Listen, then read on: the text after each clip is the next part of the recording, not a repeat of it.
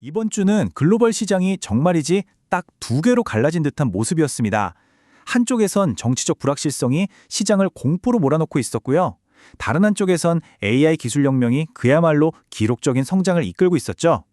이 거대한 두 힘이 어떻게 정면으로 부딪혔는지 지금부터 한번 제대로 파헤쳐 보겠습니다. 우리는 연준의 독립성을 믿습니다. JP모건의 제이미 다이먼 회장이 한 말이죠. 그런데 바로 이 믿음, 그러니까 글로벌 금융 시스템의 가장 기본적인 기둥이 흔들리는 사건이 터지고 만 겁니다. 정말 전례 없는 공격이 시작된 거죠. 모든 일의 시작은 바로 워싱턴이었습니다.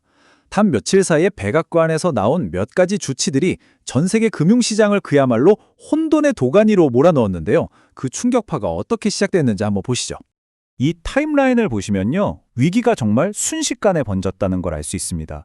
12일에 연준 의장에 대한 수사 발표가 나오더니 바로 다음 날엔 대통령이 공개적으로 그를 비난하고 심지어 재임명하지 않겠다는 이야기까지 흘러나왔죠.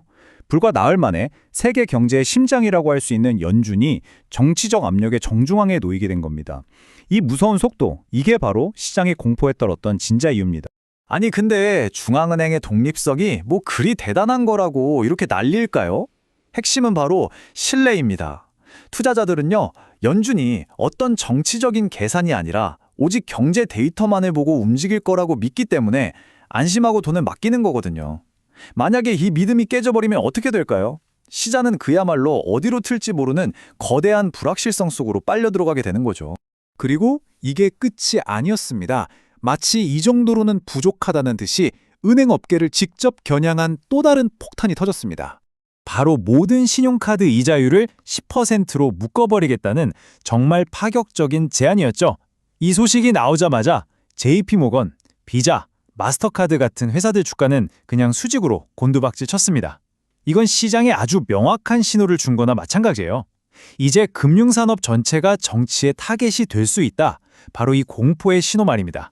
자, 워싱턴에서 시작된 이 충격파에 글로벌 시장은 그야말로 즉각적으로 반응했습니다. 투자자들은 위험을 피해서 돈을 빼내기 시작했죠. 우리가 흔히 말하는 안전자산으로의 도피 현상이 나타난 겁니다. 말 그대로 셀 아메리카, 즉 미국을 팔아라 라는 분위기가 시장을 완전히 뒤덮었습니다. 미국 금융 시스템의 안정성 자체에 물음표가 찍히니까 투자자들은 미국 주식이고 채권이고 다 내던지고 전통적인 안전자산으로 몰려들기 시작한 거죠. 시장의 공포가 어느 정도였는지는 이 숫자 하나가 다 말해줍니다. 4,632달러. 궁극의 안전자산이라고 불리는 금값이 온스당 사상 최고치를 찍어버린 겁니다. 은값은 더 극적이었어요. 하루 만에 무려 7.88%나 폭등했습니다. 투자자들이 종이로 된 자산 대신에 눈에 보이는 실물 자산을 손에 넣으려고 얼마나 필사적이었는지 보여주는 대목이죠. 충격은 여기서 그치지 않았습니다. 전 세계 은행 주식들이 줄줄이 폭락하고 안전자산인 미국 국채 가격은 치솟았죠. 달러 가치는 널뛰기를 했고요.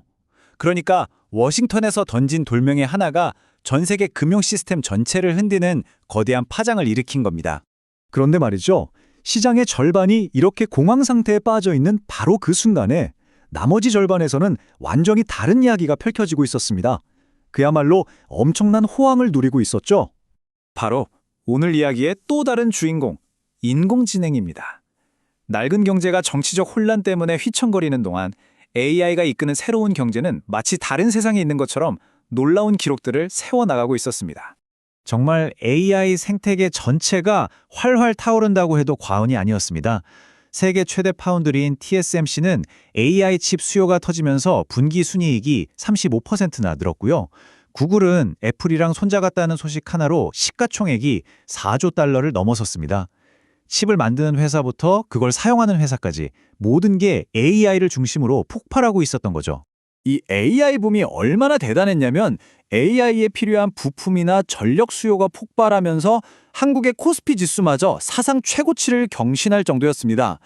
그러니까 한 산업의 열기가 나라 경제 전체를 들어올리고 있었던 거예요. 자, 그럼 한번 생각해 보시죠. 이렇게 강력하면서도 완전히 정반대로 움직이는 두 힘이 한 주에 동시에 나타나면 과연 시장에선 어떤 일이 벌어질까요? 바로 이런 거대한 분기 현상이 나타납니다. 이 차트가 이번 주 시장 상황을 한 장으로 요약해주고 있죠. 정치 리스크에 직격탄을 맞은 금융 섹터는 마이너스 5.8% 폭락했지만 AI 혁명을 이끄는 반도체 섹터는 플러스 8.2%나 치솟았습니다. 완전히 다른 두 개의 시장이 공존하고 있었던 겁니다. 결국 우리는 지금 두 개의 시장을 동시에 보고 있는 겁니다. 하나는 정치라는 변수에 따라서 공포와 불안 속에서 움직이는 오래된 시장이고요. 다른 하나는 기술 혁신이라는 엔진을 달고 무섭게 성장하는 새로운 시장이죠. 이 두 시장은 완전히 다른 규칙, 다른 동력으로 움직이고 있는 겁니다. 그리고 이 현상이 정말 중요한 이유는요. 이게 단순히 어떤 주식이 오르고 내리는 차원의 문제가 아니기 때문입니다. 이건 바로 미래의 경제 권력이 어디에서 만들어지고 있는가, 그 중심이 어디로 이동하고 있는가에 대한 근본적인 질문을 우리에게 던지고 있는 겁니다. 그래서 마지막 질문이 남습니다. 과연 이 엄청난 기술 붐은 정치적 혼란과 상관없이 계속될 수 있을까요? 아니면 결국 거대한 정치의 파도가 이 기술 시장마저 삼켜버리게 될까요? 두 시장의 힘겨루기, 앞으로 우리가 계속해서 지켜봐야 할 가장 흥미로운 관전 포인트가 아닐까 싶습니다.